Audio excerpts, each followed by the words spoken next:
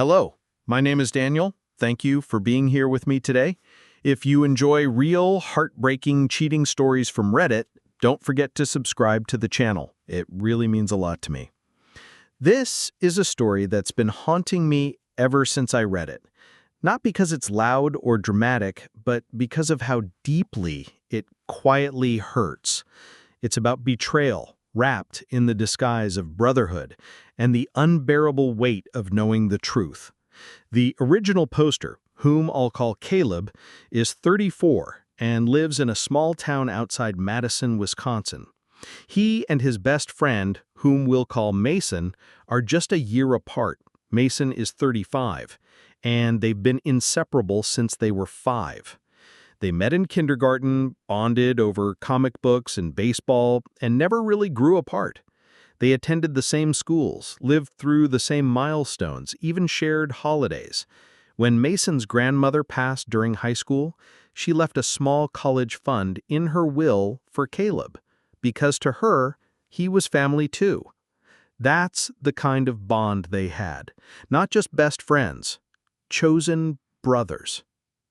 In 2017, they both got married, just a few months apart. Their wives hit it off during double dates while they were still dating, and by the time the weddings rolled around, the 4 of them felt like a solid, tight-knit unit. Caleb says that while he isn't quite as close to Mason's wife, whom we'll call Evelyn, as he is to his own, he's always seen her like a sister, someone who mattered, someone whose happiness mattered. 3 days ago, that sense of peace was cracked open. Caleb was riding in Mason's car, heading home after grabbing coffee. Mason asked him to put on some music. They'd shared their phone passcodes for years, so Caleb didn't think twice about unlocking Mason's phone to open Spotify. But as he scrolled through the app, a message flashed across the top of the screen. It was from a contact saved under a local pizza place, but the message read, "Coming over tonight." Caleb sat frozen for a few seconds. Then, slowly, he turned to Mason and asked, "Who's the pizza place?" Instead of answering, Mason blew up. He started shouting, accusing Caleb of snooping through his phone. Confused and caught off guard, Caleb tried to explain that he hadn't been searching anything, that the text had just popped up. But Mason wasn't hearing it. He pulled the car into an empty parking lot, and they ended up yelling at each other for several minutes, old friends cracking under something much bigger than a misread message. Eventually, Mason went quiet. Then, with a heavy sigh, he confessed. He'd been seeing a coworker for the past month. He swore he still loved Evelyn, that he never planned on leaving her, that he didn't want any of this to become permanent. He begged Caleb not to say anything. He said the affair wasn't serious, that he was in too deep to just ghost her, but that he would end it. He just didn't know how yet. He said it had been a mistake, one he never repeat, and that telling Evelyn would only destroy their marriage over something that wasn't real. Caleb says he didn't agree right away. There was yelling, frustration, hurt. But eventually, caught in the emotional crossfire, he promised to stay quiet. Just for now. But that silence didn't last long.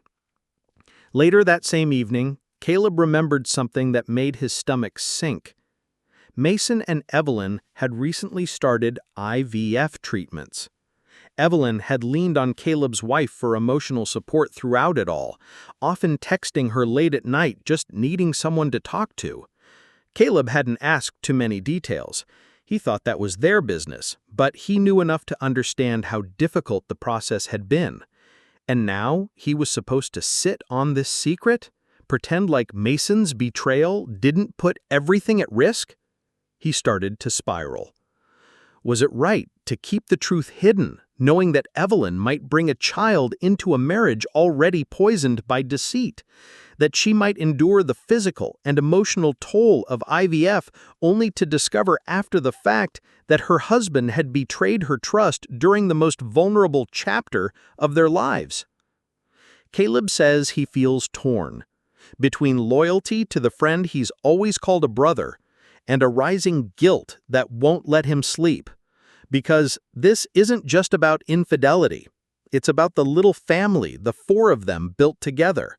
The late nights, the shared holidays, the plans for kids who would grow up calling each other cousins.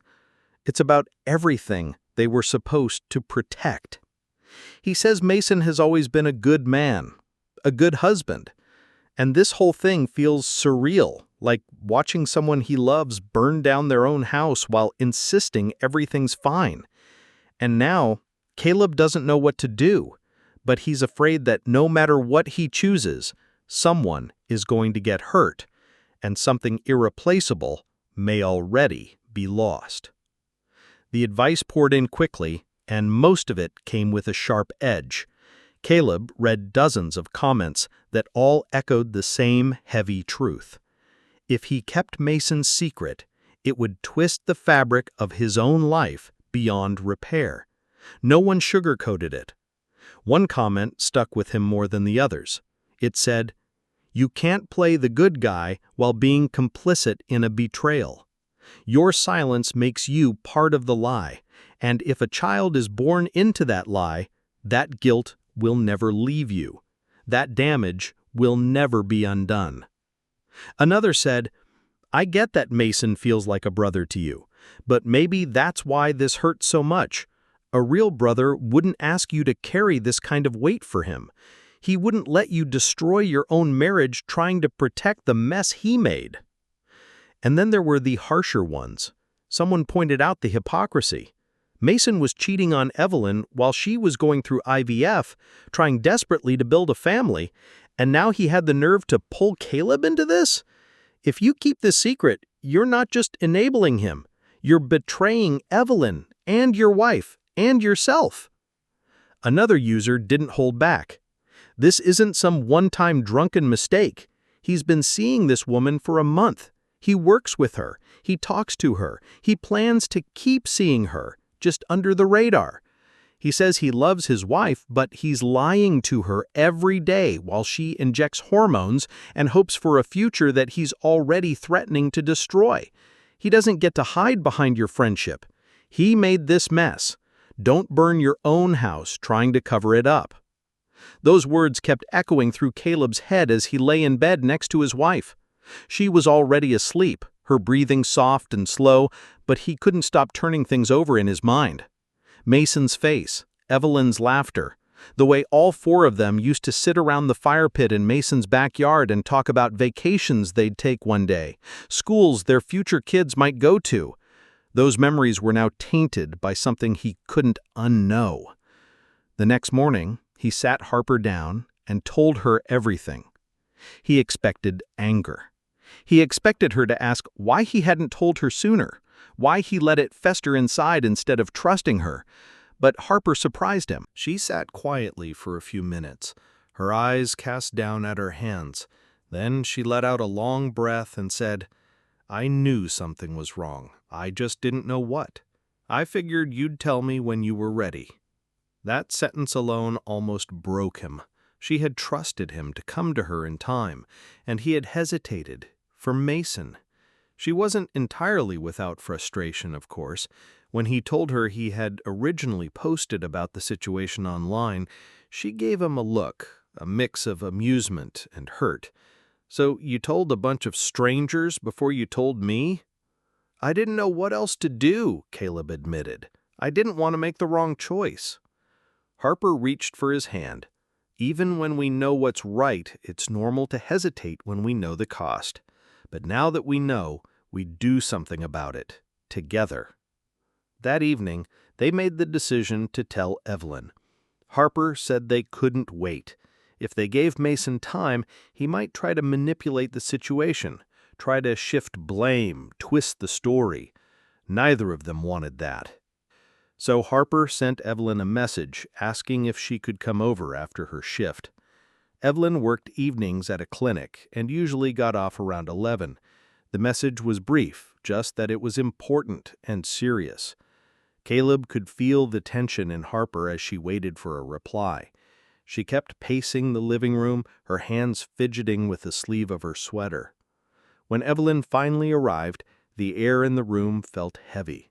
She sat down on the couch, her face pale, her eyes wary. Caleb could barely breathe. Then Harper told her, calmly, gently, but honestly, everything they knew. Evelyn didn't cry. Not at first. She just sat there for a moment, then leaned back against the couch cushion and stared at the ceiling. "I've known," she whispered. Caleb and Harper looked at each other, stunned. "I didn't have proof," Evelyn said, "but I felt it. A few weeks ago, I left work early because I was sick. When I got home, Mason wasn't there. I texted him and he said he was just watching TV. But when I tried to check his location, the tracker was off. When I got home again later, when he expected me, he was back, pretending like nothing had happened." Her voice cracked, just slightly. I didn't want to believe it." Neither Caleb nor Harper spoke. There wasn't anything to say. "I appreciate you telling me," Evelyn added after a moment. "I'm not mad at you. I just needed to hear it from someone who wouldn't lie to me." And then, slowly, the tears came, and Caleb knew everything had changed. Forever. Though Harper was understanding, she did raise an eyebrow when Caleb admitted he'd first shared everything in an anonymous post online, rather than coming to her directly. She wasn't angry, just a little hurt and maybe a little amused. "So you told a bunch of strangers before you told your own wife?" she asked softly, half teasing, half serious. Caleb apologized again. He knew in his heart that he'd waited too long to act, that he had been paralyzed by loyalty and guilt and fear of what might happen if he made the wrong move. Harper's response, though, reminded him why she was the center of his world. "Even when we know what's right, it's only human to hesitate when we know it's going to cost us something." And somehow, with that sentence, she wrapped her arms around all the shame and indecision he'd been carrying. After a long and emotional night of talking, truly talking, not just about Mason and Evelyn, but about trust, about love, about how fragile everything becomes when secrets take root, they came to a decision. They had to tell Evelyn. Harper refused to give Mason any time to spin his story or soften the truth. Her fear, one Caleb shared, was that Mason might manipulate Evelyn's perspective if he knew she was suspicious. As much as they both wanted to believe Mason wouldn't do that, the fact that he'd cheated in the first place meant they could no longer rely on who they thought he was. So Harper sent Evelyn a message the next morning, asking her to come over after work. She didn't explain much, just that it was serious and important. Evelyn, who usually finished her shift at the clinic around 11, replied that she'd come by afterward. That evening, the house felt different, still, heavy. Caleb kept checking the clock, his heart racing every time a car passed their street. Harper didn't speak much either. She just sat on the couch, waiting, hands clasped tightly in her lap. When Evelyn finally arrived, she looked exhausted. There were deep shadows under her eyes, and her voice trembled slightly when she said hello. She hadn't even taken her coat off before Harper invited her to sit. They didn't drag it out. Caleb spoke first, his voice quiet and shaky, telling her everything he knew. What Mason had confessed in the car, how long it had been going on, the messages, the coworker. When he finished, there was a long, aching silence. Then Evelyn let out a slow, ragged breath. "I've known," she said quietly. Harper blinked. "You've known?" "I didn't have proof," Evelyn admitted, "but I felt it in my gut." She explained that a few weeks ago, she had asked to leave work early one night because she wasn't feeling well. When she got home, Mason wasn't there. She texted him and he said he was on the couch watching TV. But when she tried to check his location through their shared tracker app, it was disabled. That had never happened before. So she left the house and stayed away until the time she would have normally returned. When she came home, he was there, calm, smiling, acting like nothing unusual had happened. She asked how his night had been, and he said it was uneventful. He'd been home the whole time, watching TV and playing games. The next time she checked the tracker, it was back on. "That was when I knew," Evelyn said softly, her voice cracking just a little. "I didn't need evidence. I could feel it. I didn't want to believe it." Harper moved to sit beside her and took her hand. Caleb could barely look at her. "What are you going to do?" he asked finally. Evelyn was quiet for a long time. Then she said something neither of them saw coming. "I'm going to move forward with the IVF." They stared at her, stunned. "It's been my dream since I was a little girl, to be a mother. And this may be my only chance. I can't afford IVF on my own. If I walk away now, that dream dies with this betrayal." She told them the embryo is healthy, the timing is right, and her mind is made up. She will move forward. And then she will decide what to do about Mason, whether there is a path to forgiveness, whether he will be in that child's life. Caleb couldn't find the words. He asked almost timidly if she thought they could ever reconcile. He said it depended on him, on what he chose to do next. But she wasn't holding her breath. Before she left that night, she asked them not to tell Mason that she knew, not yet. She needed space, and she needed control over when and how she confronted him. Caleb and Harper promised they'd keep that trust. The next morning, Caleb called Mason. His voice was low and calm. "I still love you," he told him, "but I need space right now. I won't be around for a while." And that was it. Now Caleb is left with a strange mix of emotions. Relief that the truth isn't his to carry alone anymore. Deep sorrow for Evelyn, for what she's about to endure. And anger, raw, bitter anger at Mason for detonating the quiet life they'd all built together. But most of all, it feels like grieving someone who's still alive. A lifelong friend he doesn't recognize anymore. He doesn't know how this ends, but for now, he just hopes Evelyn can find her way forward, with or without the man who failed her.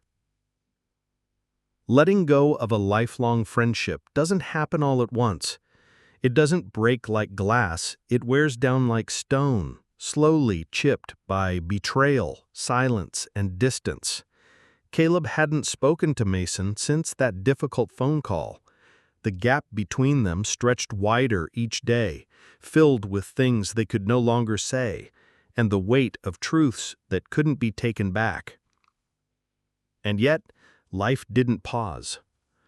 The next few days passed in a daze. Evelyn hadn't updated them since that evening, but Caleb thought about her constantly, about the quiet strength in her voice when she said she was still going forward with the IVF, knowing she might have to raise a child alone. That kind of heartbreak had no roadmap, no resolution. It just lingered. But while Caleb and Harper were processing the fallout from that one betrayal, they came across another story, one not their own, but one that struck a familiar chord. It was written by someone using the username ComplexSlight6334, and the post was titled, "Am I Wrong for Wanting a Say in How My Wife Spends Her Inheritance?"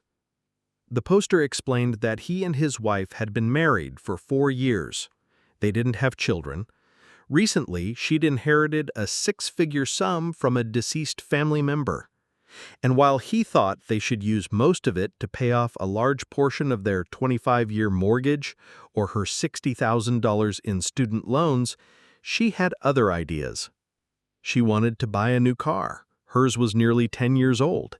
She dreamed of a luxury Italian purse that cost $10,000, and she had her heart set on finally getting the French bulldog she'd wanted since college. She also planned a vacation for the two of them. To him, it felt reckless. They were only 3 years into their mortgage, and saving on interest could mean tens or even hundreds of thousands saved over the long run. Her view was different. She told him her loan and mortgage payments were already scheduled and manageable. She argued that the market was too unpredictable to dump the rest into mutual funds, and that this might be her only chance to afford something like that dream purse, something she'd longed for but never thought she'd actually get. But most of all, she reminded him the money was hers, legally. She was willing to hear him out, but she would make the final decision. He said they'd been going in circles about it for days. In an edit to the post, the man clarified that he wasn't asking out of selfishness. When they bought the house, they had agreed he would cover 75% of the mortgage while she paid 25%, because he earned more and he wanted to help, wanted to be generous, wanted to support the woman he loved. But now her financial situation had changed drastically.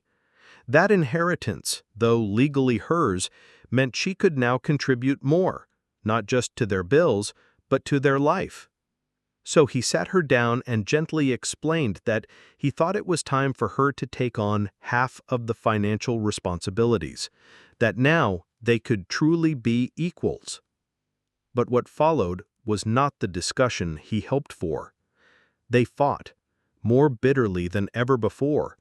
She reminded him that the inheritance was hers, not theirs, that their incomes were separate, that he couldn't expect her to change the terms just because she'd come into money. Tyler tried to argue that it wasn't about legality. It was about fairness, about partnership. But she didn't see it that way. After that night, the silence began. They stopped waking up together. They stopped saying goodnight. The house grew cold, not in temperature, but in spirit. Their texts became transactional. Groceries, mail, reminders. Nothing more. Tyler found himself staring at her across the dinner table some nights and wondering how this had become their reality. The woman he had once believed would grow old with him now felt like a stranger in his own home. It got to the point where he began to question their entire future. So he went to see a lawyer. It was quiet in the office. Clinical. The kind of quiet that amplifies doubt. He explained his situation, the financial breakdown, the emotional collapse, and asked what separation might look like. The lawyer told him the facts. They'd only been married 4 years. She was employed full-time. The inheritance was separate property. If they split now, Tyler would likely owe little to no alimony. And if they couldn't agree on how to divide their shared assets, the court would. Tyler left the office not feeling victorious, but hollow. Divorce wasn't just paperwork. It was the unraveling of promises once whispered in love. The internet didn't hold back either. Some comments were scathing. She wants a $10,000 purse and a vacation while you're paying her bills? Get a lawyer and don't look back. Others were more nuanced.